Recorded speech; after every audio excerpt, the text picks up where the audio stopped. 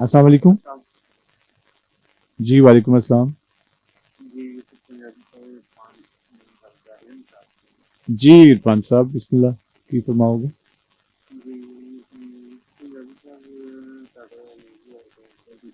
जी तो थोड़ा ਉੱਚੀ ਬੋਲਣਾ ਤੁਸੀਂ ਜੇ ਤੇ ਅਗਰ ਕੋਈ ਡਿਸਟਰਬ ਹੋ ਰਹੇ ਨੇ ਤੁਹਾਡੇ ਆਲੇ ਦੁਆਲੇ ਵਾਲੇ ਫਿਰ ਬੇਸ਼ੱਕ ਇੰਨਾ ਕੀ ਬੋਲੋ ਲੇਕਿਨ ਇਹ ਫਿਰ ਸਾਡੇ ਸੁਣਨ ਵਾਲੇ ਨੂੰ ਆਵਾਜ਼ ਨਹੀਂ ਜਾਏਗੀ ਇਹਨਾਂ ਆਸਤੀ ਬੋਲੋਗੇ ਤੇ मेरा सलाम। जी वालेकुम अल्लाह सानू खुश रखे और सलामत रखे। आमीन। ਤੇ ਜਿਸ ਪੰਜਾਬੀ ਸਾਹਿਬ ਅੰਦਰ ਦੀ ਗੱਲ ਇਹ ਹੈਗੀ ਹੈ ਮੇਰੇ ਮੁਤਾਬਿਕ ਹੂੰ ਕਿ ਜਦੋਂ ਤੁਸੀਂ ਕਿਸੇ ਨੂੰ ਦੁੱਖ ਚ ਦੇਖਦੇ ਹੋ ਹਾਂ ਹਾਂ ਉਹਦਾ ਦੁੱਖ ਮਹਿਸੂਸ ਕਰਦੇ ਹੋ ਹਾਂ ਹਾਂ ਤੇ ਉਹਦੇ ਦੁੱਖ ਚ ਸ਼ੇਅਰ ਹੋਣ ਦੀ ਕੋਸ਼ਿਸ਼ ਕਰਦੇ ਹੋ ਹਾਂ ਅੰਦਰ ਦੀ ਗੱਲ ਤੁਹਾਨੂੰ ਉਹਦਾ ਦੁੱਖ ਸ਼ੇਅਰ ਕਰਨ ਤੇ ਮਜਬੂਰ ਵੀ ਕਰਦੀ ਹੈ। ਠੀਕ ਹੈ ਉਹ ਫਿਰ ਜੇ ਤੁਸੀਂ ਉਹਦਾ ਦੁੱਖ ਸ਼ੇਅਰ ਕਰ ਲੈਂਦੇ ਤਾਂ ਤੁਹਾਨੂੰ ਤਕਲੀਫ ਨਹੀਂ ਹੋਗੀ। ਠੀਕ ਹੈ ਉਹ ਸਿਰਫ ਗੱਲ ਸ਼ੇਅਰ ਕਰਨ ਦੇ ਨਾਲ ਜਾਂ ਜੋ ਤੁਹਾਡੀ ਹਿੰਮਤ ਹੈ ਜੋ ਸੋਰਸਸ ਨੇ ਤੁਸੀਂ ਉਹਨੂੰ ਹੱਲ ਕਰਨ ਦੀ ਵੀ ਕੋਸ਼ਿਸ਼ ਕਰਦੇ ਹੋ।